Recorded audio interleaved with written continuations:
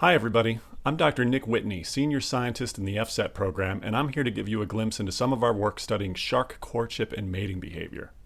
When trying to manage any species, it's really important to understand when, where, and how they reproduce.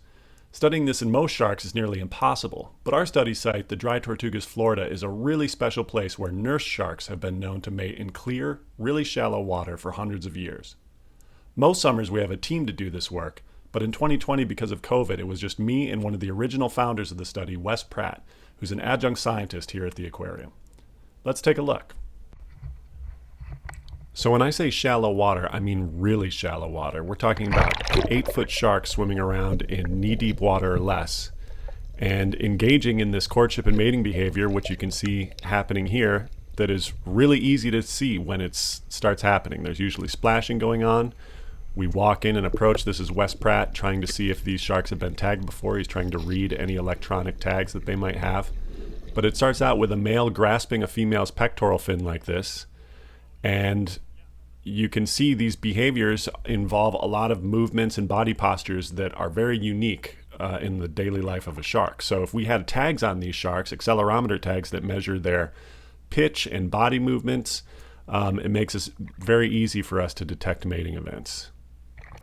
So even though we can learn a lot from observing these behaviors directly, we have no idea what goes on with the sharks when they're in deeper water or at night, and so that's where our tags can really come in and help us. In order to tag the sharks, of course, we have to capture them first, and that can be a harrowing experience, but we use these giant dip nets, and it's really a team effort to scoop them up and get a shark in the net. But once we do have them scooped up, the sharks will calm down pretty quickly, and they're very happy to just rest in shallow water, which is what they're spending a lot of their time doing anyway. So we can really tag them in their natural environment.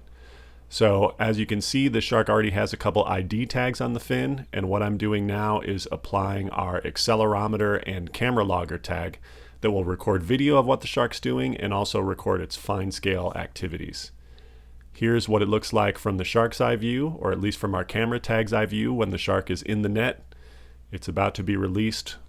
We're carefully opening up the net and pulling it back to let the shark out without getting snagged on any of our tags. And here this shark starts to swim away. Of course, the great thing about this site is that we can still observe the sharks even after they're tagged. We don't just have to take the tag's word for it. We can actually see what they're doing when they're in the shallows, and we can use our direct observations of our tagged sharks to validate the data we see from the tags.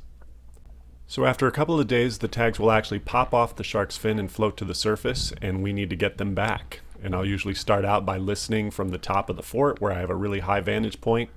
And if the tags are up at the surface, usually with my antenna and receiver, I'll hear some pinging sounds coming from the tag. And that tells me approximately where they are and how far away they are.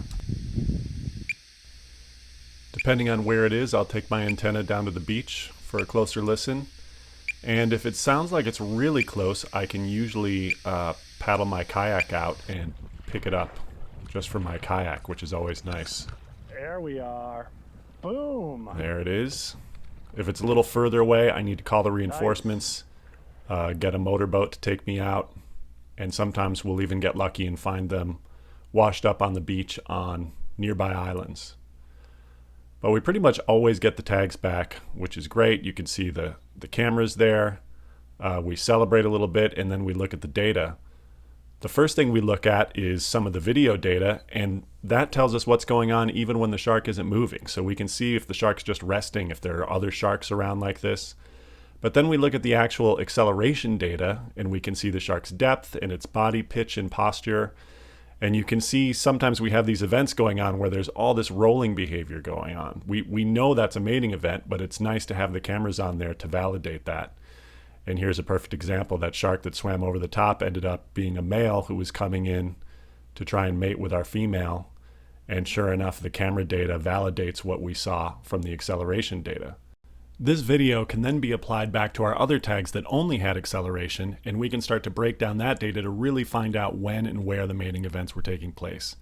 From there, we can build an overall picture of what mating looks like in this population, and that's how we start to build relevant conservation information for this and other shark species. I hope you've enjoyed this quick look into our study of shark courtship and mating behavior. Thanks for watching this and the other videos in our Blue Planet Science series, and we look forward to seeing you in future videos.